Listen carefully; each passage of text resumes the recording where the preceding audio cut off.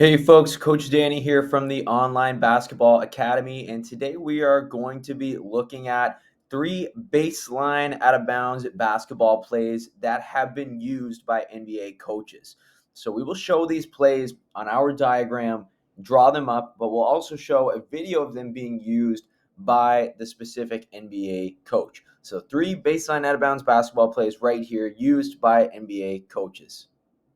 Okay, so for our first basketball play here, we are going to look at something from the Boston Celtics. Of course, the Boston Celtics have been one of the top tier organizations over the last few years, making two NBA Finals appearances, also taking home the NBA championship last season. So they are kind of the gold standard right now for NBA basketball, right? Are they, the most successful organization of all time? Arguably, but they definitely have seen a lot of success over the last few years, having some pretty successful coaches there. Brad Stevens was known as an offensive basketball mind. Joe Mazzulla has been known a little bit more as a player's coach, but he has some pretty interesting baseline out of bounds basketball plays. And for this one, we're just going to look at a basic kind of pick and pop. If you have a good three-point shooting team, this is great. But also if you have a good post player that can finish down low, it's also good. So let's take a look at this one. This is Rip 5 by the Boston Celtics and Joe Mazzulla. Okay, so here is Rip 5 by the Boston Celtics. Now, what we're going to do right here, we want number 5, our post player, someone who can finish well down low to get the ball under the rim. Everybody else is going to be spaced out wide. Now, we're going to have number 3 setting a screen for number 5, but it's not going to be your basic pick and roll. We're going to have a pick and pop here, and we're going to have number 5 come off the screen almost to the left as if he's cutting, directly to the basketball, but he's going to cut straight to the basket. So let's take a look at it here. First, we have our players kind of lined up diagonal from each other, almost like a straight arrow line. Same thing with number 4 and number 2. But number 3 is going to come over here and set a screen for number 5. Now, number 5 is going to come off that screen, but they're actually going to go more toward the middle of the court. So number 5 is coming off that screen, and they're coming right here toward the middle of the court with their hands up, trying to receive the basketball down low in the post. And what number 3 is going to do is they're going to pop. They're not even going to roll on this one, right? We want number 3 to be a smaller guard, maybe someone who can shoot the three-point shot, and they're going to pop. If they see an opportunity to pop over here, maybe they can get an open shot that way. That's what they'll do. If they have the opportunity to pop over here, maybe that's what they'll do. It depends, right? You can kind of read and react to that one. But, our main layup right here is for number 5. We want number 5 to get the ball down low. And the Boston Celtics do this quite a bit with Kristaps Porzingis. When we look at our example here from the Boston Celtics, we'll see that they often run this play with a guard screening for Kristaps Porzingis. So let's take a look at it again.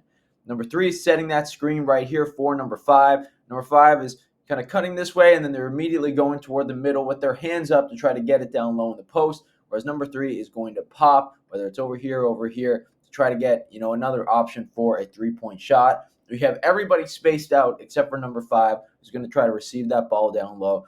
Now, let's take a look at the Boston Celtics running this play. Let's take a look here at this being run by the Boston Celtics. Now, as you can see here, they lined up exactly the way we said. They have a smaller guard right here. They have Kristaps Porzingis at the three-point line, and then they have 2 shooters outside. Even though Al Horford's more of a post player, he can still shoot the basketball relatively well from the three-point line. So we have that initial screen right there being set for Porzingis. Porzingis is coming off the screen, and he is receiving the ball down low in that post position, right? And as you can see here, we have Pritchard. He spaced the floor nice and wide just in case there's an option there as well. And we'll see here this results, in a relatively difficult, by the looks of it, layup for Kristaps Porzingis. But again, you got the switch that you wanted, right? You got that initial switch. You might get a double team there. You might get, a shorter player on him. It might not necessarily be a wide open layup, but in that situation, Kristaps Porzingis got the necessary switch, and he got an easy 2 points for the Boston Celtics. Okay, so this next play that we are looking at here was used by the Toronto Raptors for many years during the DeMar DeRozan era, the Kyle Lowry era, and the NBA championship Toronto Raptors era.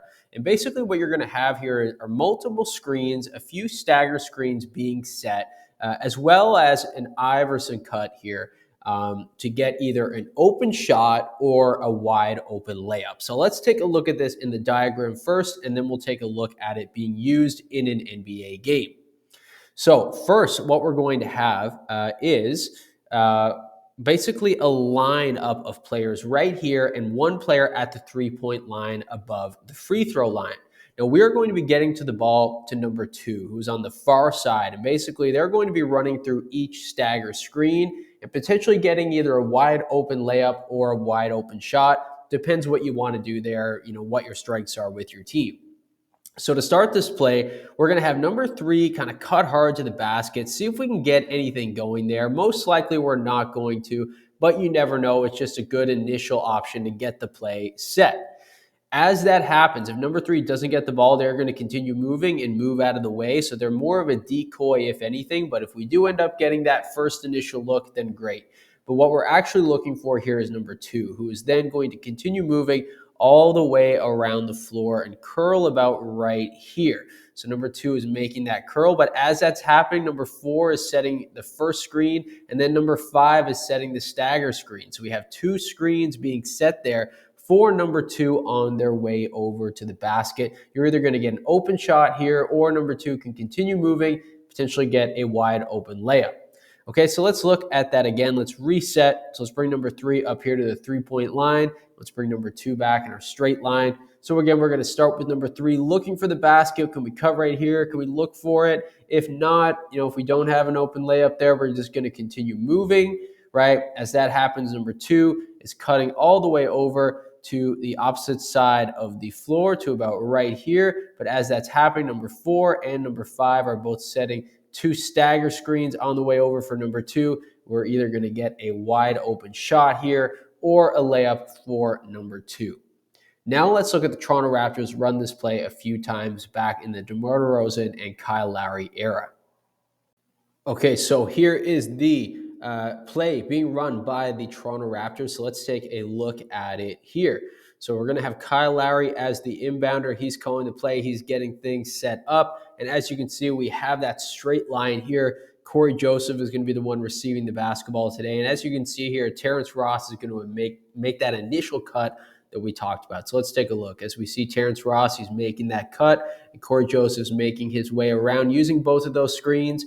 Does he have a wide open lane? No, but he does get a lane to the basket. We'll take a look at it now with DeMar DeRozan.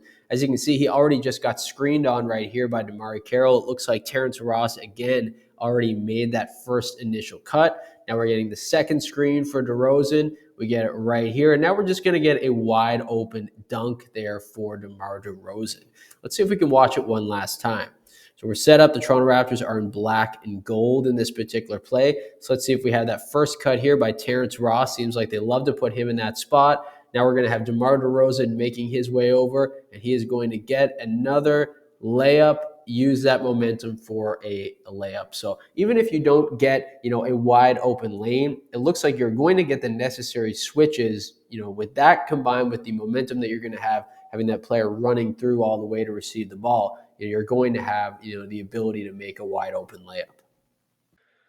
All right, folks, I need to quickly stop right there before we move into our next topic to mention that right now, 97.1% of our daily viewers are not subscribed to our channel. So that means if you are one of these people, if you are one of these 97.1% who are not currently subscribed but are watching this video, it would be greatly appreciated if you could take the time real quick to hit that subscribe button. It will help us continue to make content like this, continue to make basketball plays for other coaches, basketball drills for other players, and basketball, everything that both players and coaches and organizations alike can use. So again, if you could really quickly take the time to hit that subscribe button, it'll just take 2 seconds. It would be greatly appreciated. But moving on to our next topic. Now, the next play that we're going to look at is used by Steve Kerr and the Golden State Warriors. So obviously, we don't need to talk about the Golden State Warriors and their success as a team. We, totally understand. I think everybody knows that They've been one of the most successful organizations over the last few years, as has Steve Kerr as a coach. So it was very interesting to look into, the tactical side of things on his end, because obviously he's had so much talent: Steph Curry, Klay Thompson, Kevin Durant, Draymond Green, etc. It was interesting to see him get creative a little bit with this baseline out of bounds play. And I personally really like this one. So let's take a look at it. It's basically going to be a screen for the inbounder. So we're, going to set up in a little bit of a decoy here in a straight line, but it's actually going to be a very simple play, just a screen for the inbounder. So what we're going to want number 5 to do, and I should say, number 1, like I said, because it is a screen for the inbounder, number 1 is going to be the person that you want to score the ball. So you might want to put maybe somebody who's a little bit better in the post or power forward, at the number 1 spot, rather than how we have number 5 right here. But number 5 is basically just going to backpedal a little bit, stay wide, have their hands up, and get the basketball lobbed into them. And they're going to push off a little bit, because you have to imagine that the defender is going to be standing between their man and the basket, right? So we can assume that the defenders will be here, right? They're going to be between their man and the basket. So what number 5 is just going to do is push off a little bit, hand up, left hand up. They're going to receive the basketball right here, right? As they pop out, number 4 is going to head over to screen for number 1. So number 4 is making their way over to screen for number 1, and number 1 is coming off that screen super tight, about right here. They're going to get the basketball there for a pretty easy layup. Now, it looks a little bit complicated on here because there's not a whole lot of space to go around, but if you take a look at it with the Golden State Warriors, which we'll look at in a second, it does make sense a little bit more visually. Let's take a look at it one more time. So number 5 just kind of popping out, with their left hand up, right? We're going to lob the ball into number 5. As that happens, number 5 should kind of square out to the basket a little bit. And number 4 is going to come over here. They can set the screen this way if they want. So number 1 can fake this way and cut over here, or they can come all the way around, set the screen right here. Number 1 can loop through it and post up at the basket. So pretty simple play, pretty easy. Let's watch the Golden State Warriors run it in action. Okay, let's take a look at the Warriors run this play right now. So you can already see they're lined up in that straight line. And Draymond Green, it looks like here, is already ready to push off and receive the basketball. So let's take a look at it. So as we'll see, Draymond Green pushes off, receives that basketball with his left hand. And we already have Steph Curry heading down there, screening for the inbounder, and we get that easy layup. Let's see if we can see another one. Here we go. So we have the push off there by Iguodala. He's receiving the basketball. And again, Steph Curry setting that initial screen. And we have a wide open lane right there for Gary Payton II. Pretty easy basketball play, but it makes sense. Can result in a very easy layup every time. All right, folks, that is all we have for today's particular topic. If you made it this far into today's lesson, it is greatly appreciated. Now, if you guys could also do me a huge favor and like this video and subscribe to our channel, it would also be greatly appreciated. We are the Online Basketball Academy. My name is Coach Danny, and I continuously upload different basketball plays, basketball systems, basketball tactics, and basketball drills that youth basketball players or training basketball players can use, or basketball coaches can use with their players and their teams. Like I said, folks, if you could take the time to like this video and subscribe to our channel so I can continue to make this type of content for you all, that would be greatly appreciated. Till next time, peace out.